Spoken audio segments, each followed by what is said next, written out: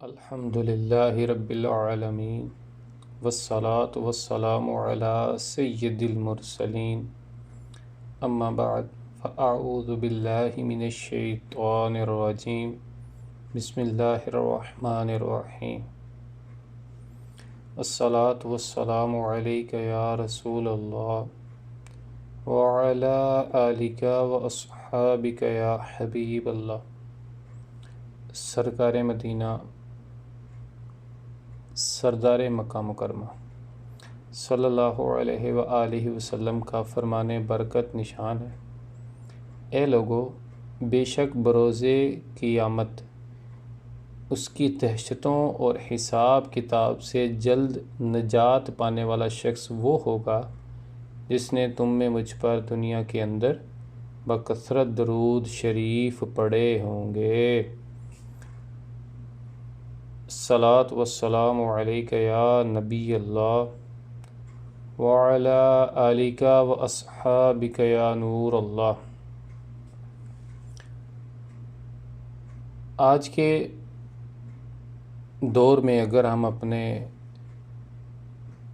آپ کا محاسبہ کریں یا اپنے اطراف میں نظر دوڑائیں، خواہ وہ ہمارے گھریلو زندگی ہو یا معاشرتی اعتبار سے، دونوں اعتبار سے ہمارے اندر ایک دوسرے کو برداشت کرنے کی برداشت کرنے کا جو مادہ ہے وہ بہت کم پایا جاتا ہے، حتیٰ کہ ایک قسم کا ختم ہو چکا۔ ہم ایک دوسرے کو برداشت نہیں کرتے۔ اگر کوئی بات ایسی سرزد ہو جاتی ہے، کوئی ہم سے زیادتی کر دیتا ہے، تو ہم اینٹ کا جواب پتھر سے دیے بنا نہیں رہتے۔ اے کاش کہ دوسروں کو معاف کرنے کا ہمارا ذہن بن جائے۔ آئیے حضور صلی اللہ علیہ وآلہ وسلم کی مبارک سیرت سے کچھ سیکھنے کی کوشش کرتے ہیں۔ حضرت سیدنا انس رضی اللہ تعالیٰ عنہ کا بیان ہے کہ نبی کریم رؤوف رحیم صلی اللہ علیہ وآلہ وسلم کے ہمراہ میں جا رہا تھا تو آپ صلی اللہ علیہ وآلہ وسلم ایک نجرانی چادر اوڑھے ہوئے تھے جس کے کنارے موٹے اور کھردرے تھے۔ ایک دم ایک بدوی یعنی عرب شریف کے دیہاتی نے آ کر آپ صلی اللہ علیہ وآلہ وسلم کی چادر مبارک کو پکڑ کر اتنے زبردست جھٹکے سے کھینچا کہ آپ صلی اللہ علیہ وآلہ وسلم کی مبارک گردن پر چادر کے کنار سے خراش آ گئی۔ وہ کہنے لگا، اللہ عز و جل کا جو مال آپ صلی اللہ علیہ وآلہ وسلم کے پاس ہے، آپ صلی اللہ علیہ وآلہ وسلم حکم دیجئے کہ اس میں سے مجھے کچھ مل جائے۔ رحمت عالم صلی اللہ علیہ وآلہ وسلم اس کی طرف متوجہ ہوئے اور مسکرا دیے، پھر اسے کچھ مال عطا فرمانے کا حکم دیا۔ صحیح بخاری شریف کی یہ روایت ہے۔ ہر خطا پر میری چشم پوشی، ہر طلب پر عطاؤں کی بارش۔ ہر خطا پر میری چشم پوشی، ہر طلب پر عطاؤں کی بارش۔ مجھ گناہگار پر کس قدر ہے مہرباں تاجدار مدینہ۔ سنا آپ نے، اس دیہاتی کی طرف سے آپ صلی اللہ علیہ وآلہ وسلم کو تکلیف ملی، لیکن آپ علیہ الصلوۃ والسلام نے مسکرا کر اس کی طرف متوجہ ہوئے اور اس کو مال بھی عطا کیا۔ حضرت سیدنا ابو ہریرہ رضی اللہ تعالیٰ عنہ سے مروی ہے، رسول اللہ صلی اللہ علیہ وآلہ وسلم نے ارشاد فرمایا، 3 باتیں جس شخص میں ہوں گی، اللہ تبارک و تعالیٰ عز و جل قیامت کے دن اس کا حساب بہت آسان طریقے سے لے گا۔ آج ہم میں سے ہر کوئی اس بات کی طلب رکھتا ہے کہ کل بروز قیامت اللہ تعالیٰ ہمیں معاف فرمائے، ہمارے گناہوں پر ہمیں درگزر فرمائے، ہماری پکڑ نہ کرے، ہمیں بے حساب جنت میں داخلہ اپنی رحمت سے عطا فرمائے، ہمارے حساب میں آسانی ہو۔ آج یہ چیزیں ہم دل میں اس کی طلب رکھتے ہیں، تڑپ رکھتے ہیں۔ آئیے اس کا علاج حدیث کی روشنی میں سنیے، سیکھیے، عمل کیجیے اور اس کو دوسروں تک پہنچانے کا ذہن بنائیے۔ سرکار علیہ الصلوۃ والسلام نے ارشاد فرمایا 3 باتیں جس شخص میں ہوں گی اللہ تعالیٰ قیامت کے دن اس کا حساب بہت آسان طریقے سے لے گا اور اس کو اپنی رحمت سے جنت میں داخل فرمائے گا۔ صحابہ کرام علیہ رضوان نے عرض کی یا رسول اللہ عز و جل و صلی اللہ علیہ وآلہ وسلم وہ کون سی باتیں ہیں؟ فرمایا نمبر 1 جو تمہیں محروم کرے تم اسے عطا کرو، نمبر 2 جو تم سے قطع تعلق کرے یعنی تعلق توڑے تم اس سے ملاپ کرو یعنی اس سے تعلق بحال کرو، اس سے ملو، نمبر 3 اور جو تم پر ظلم کرے تم اس کو معاف کر دو۔ سبحان اللہ، کتنی خوبصورت باتیں ارشاد فرمائی، سبحان اللہ۔ اپنا محاسبہ کریں ہم اور دیکھیں کیا یہ تینوں چیزیں میرے اندر پائی جاتی ہیں؟ اگر مجھ سے کوئی چیز میری چھین لیتا ہے تو کیا میں مجھ سے محروم کرنے کے باوجود بھی میں اسے عطا کرتا ہوں؟ اگر کوئی مجھ سے رشتہ تعلق توڑ دیتا ہے تو کیا بعد میں بھی ناراضگی کا اظہار کرتے ہوئے اس سے قطع تعلق کر دیتا ہوں؟ ٹھیک ہے، اس نے جیسا میرے ساتھ سلوک کیا، جیسا یہ مجھ سے ملا، میں بھی آئندہ ایسا ہی ملوں گا، کہیں ایسا تو ہمارا ذہن نہیں؟ اور تیسری، اگر کوئی مجھ سے زیادتی کرتا ہے، مجھ پر ظلم کر دیتا ہے، اس کے باوجود کیا میں اسے معاف کرنے کا ذہن رکھتا ہوں؟ اور سنیے سرکار علیہ الصلوۃ والسلام کا کس قدر خوبصورت فرمان ہے۔ آپ علیہ الصلوۃ والسلام نے ارشاد فرمایا صدقہ دینے سے مال کم نہیں ہوتا اور بندہ کسی کا قصور معاف کرے تو اللہ عز و جل اس معاف کرنے والے کی عزت ہی بڑھائے گا، اور اللہ عز و جل کے لیے یعنی عاجزی کرے اللہ عز و جل اسے بلند فرمائے گا۔ یعنی جو لوگوں کو معاف کرے اور اللہ عز و جل کے لیے عاجزی کرے اللہ اس کو بلند فرمائے گا۔ اور کیا ہم اندازہ لگا سکتے ہیں جس کو اللہ عز و جل بلند فرمائے اس کی عزت اور بلندی کا کیا عالم ہوگا؟ آج ہم عزت دار معاشرے میں معزز بننا چاہتے ہیں، گھر میں، معاشرے میں، عزیز و اقارب میں، دوست احباب میں، دنیا کے اندر ہم چاہتے ہیں ہماری واہ واہ ہو، لوگ ہماری عزت کریں۔ تو سرکار علیہ الصلوۃ والسلام نے ہمیں اس کا حل بتا دیا، جو اللہ کے لیے عاجزی کرے اور دوسروں کو معاف کرے اللہ عز و جل اسے بلند فرمائے گا۔ حضرت سیدنا موسیٰ کلیم اللہ علیہ نبینا و علیہ الصلوۃ والسلام نے عرض کی اے رب عز و جل تیرے نزدیک کون سا بندہ سب سے عزت والا ہے؟ فرمایا جو بدلہ لینے کی قدرت کے باوجود معاف کر دے۔ سبحان اللہ، سبحان اللہ، سبحان اللہ۔ آج اگر ہمیں کوئی پریشانی کرتا ہے، پریشانی دیتا ہے، تکلیف یا مصیبت کا کسی کی وجہ سے ہمیں سامنا کرنا پڑتا ہے اور ہم میں طاقت بھی ہوتی ہے اور ہم اپنی طاقت کے استعمال کرتے ہوئے ان کا جواب پتھر سے بھی دیتے ہیں، اے کاش کہ ہم اس اینٹ یا پتھر کا جواب مسکرا کر محبت سے دیں، طاقت ہونے کے باوجود، قدرت رکھنے کے باوجود اس کو معاف فرما دیں۔ اللہ کے نزدیک عزت والا، اللہ اکبر، اللہ کے نزدیک۔ آئیے اس روایت کو پھر سے سنیے۔ حضرت سیدنا موسیٰ کلیم اللہ علیہ نبینا و علیہ الصلوۃ والسلام نے عرض کی اے رب عز و جل تیرے نزدیک کون سا بندہ زیادہ عزت والا ہے؟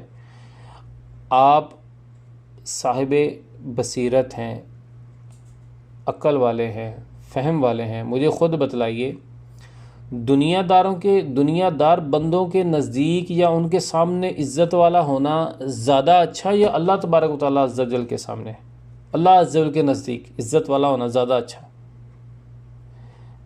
اللہ تعالیٰ کے نزدیک یقیناً عزت والا ہونا بہتر ہے۔ کیا فرمایا اللہ تبارک و تعالیٰ عز و جل نے؟ جو بدلہ لینے کی قدرت کے باوجود معاف کر دے میرے نزدیک وہ عزت والا ہے۔ اے کاش کہ ہمارا ذہن بن جائے، وہ لمحہ بھر کی جو ہماری ناراضگی ہوتی ہے یا جو غصے کی عالم میں ہمارا جو انداز ہوتا ہے دوسروں کے ساتھ، کاش کہ ہم اس پر قابو پا لیں، اے کاش کہ ہم اس پر قابو پا لیں اور اللہ کے نزدیک عزت والوں میں شامل ہو جائیں، اللہ کے نزدیک ہم اعلیٰ مقام والوں میں شامل ہو جائیں اور دوسروں کو معاف کرنا سیکھیں۔ درگزر کرنا سیکھیں، محبت اور اخلاق کا رویہ اپنائیں۔ اگر کوئی ہمیں تکلیف دے ہم اس سے خندہ پیشانی سے ملیں، ہم اس سے محبت کے ساتھ پیش آئیں۔ پھر دیکھیے کیا اللہ تبارک و تعالیٰ عز و جل دوسروں کے دلوں میں بھی آپ کی عزت ڈالتا ہے اور اپنی بارگاہ میں بھی آپ کے درجات کس قدر بلند فرماتا ہے۔ اور آج اگر ہم غور کریں، اگر ہمارا متحد یا گھر کا کوئی دوسرا بندہ ہمارے سامنے کوئی ایسا فعل کر دیتا ہے یا ایسی کوئی چیز اس سے صادر ہو جاتی ہے جو میری فطرت کے خلاف ہے، میری طبیعت جس کو گوارا نہیں کرتی، میں اس پر کس طرح سختی کا ریئیکشن کرتا ہوں، نازیبا کلمات کہتا ہوں، غصے کا اظہار کرتا ہوں، جس انداز میں بھی مجھ سے بن پڑتی ہے میں اس سے بدلہ لینے کی کوشش کرتا ہوں۔ لیکن کبھی ہم نے غور کیا کہ ہم دن بھر میں اللہ تبارک و تعالیٰ عز و جل کی کس قدر نافرمانیاں کرتے ہیں، کس قدر آقا کریم صلی اللہ علیہ وآلہ وسلم کے احکامات کا انکار کرتے ہیں قولاً اور فعلاً۔ کبھی ہم نے غور کیا؟ جبکہ اللہ تبارک و تعالیٰ عز و جل ہمیں فوراً پکڑنے پر اور عذاب دینے پر قادر ہے، اس کے باوجود وہ ہم پہ نرمی کرتا ہے، ہمیں ڈھیل دیتا ہے، ہمیں مہلت دیتا ہے، ہمارے وقت میں گنجائش دیتا ہے، ہماری پکڑ نہیں کرتا۔ اور ہم طاقت والے کہ اللہ طاقت والا؟ یقیناً اللہ طاقت والا۔ اللہ طاقت والا ہونے کے باوجود، قدرت والا ہونے کے باوجود پھر بھی ہم سے فوراً پکڑ نہیں فرماتا۔ تو کیا ہی اچھا ہو کہ ہم بھی دوسروں کی غلطیاں جو ہیں وہ ان کو معاف کرنا سیکھ لیں۔ کیا ہی اچھا ہو، کیا ہی اچھا ہو۔ حضرت سیدنا عقبہ بن عامر رضی اللہ تعالیٰ عنہ کہتے ہیں کہ میں نے سلطان دو جہاں سرور ذیشان محبوب رحمان عز و جل و صلی اللہ علیہ وآلہ وسلم کی ملاقات کا شرف پایا تو فوراً حضور انور صلی اللہ علیہ وآلہ وسلم کا دست منور تھام لیا اور آپ علیہ الصلوۃ والسلام نے میرے ہاتھ کو جلدی سے پکڑ لیا، پھر فرمایا اے عقبہ، دنیا و آخرت کے افضل اخلاق یہ ہیں کہ تم اس کو ملاؤ جو تمہیں جدا کرے، اور جو تم پر ظلم کرے اسے معاف کر دو، اور جو یہ چاہے کہ عمر میں درازی ہو، رزق میں کشادگی ہو، وہ اپنے رشتہ داروں کے ساتھ صلہ رحمی یعنی اچھا سلوک کرے۔ سبحان اللہ، سبحان اللہ۔ آج ہم عمر میں برکت کی دعا بھی کرتے ہیں، رزق میں بھی کشادگی چاہتے ہیں، ہم چاہتے ہیں ہمارے مال و زر میں اضافہ ہو۔ کیا خوبصورت ارشاد فرمایا نبی کریم صلی اللہ علیہ وآلہ وسلم نے، اپنے رشتہ داروں کے ساتھ صلہ رحمی کرو۔ صلہ رحمی، اچھا سلوک، اچھا برتاؤ، محبت والا رشتہ، خلوص پیار والا، معاف کرنے والا رشتہ۔ آج ہماری ایک تعداد ہے جو رشتہ داروں کو دیکھنا گوارا نہیں کرتی۔ اگر کسی رشتہ دار کی طرف سے کوئی معاملہ ایسا ہو جاتا ہے بس پھر اس سے ملنا گلا اور قطع تعلقی۔ اللہ اکبر۔ ایک حدیث شریف کا مفہوم ہے، سرکار علیہ الصلوۃ والسلام نے فرمایا سب سے افضل صدقہ وہ ہے جو ان رشتہ داروں پر ختم کیا جائے، جو ان رشتہ داروں پر خرچ کیا جائے جو تم سے قطع تعلق کرتے ہیں، جو تم سے ملنا گوارا نہیں کرتے، جو تم سے ملنا پسند نہیں کرتے، ان رشتہ داروں پر خرچ کرنا افضل صدقہ ہے۔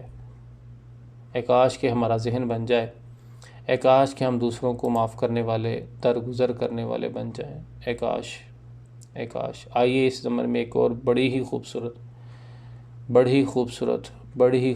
احادیث مبارکہ سنیے اور جھوم جائیے، قربان جائیے میرے آقا کریم صلی اللہ علیہ وآلہ وسلم کی محبت پر اور اللہ عز و جل کے کرم فرمانے پر۔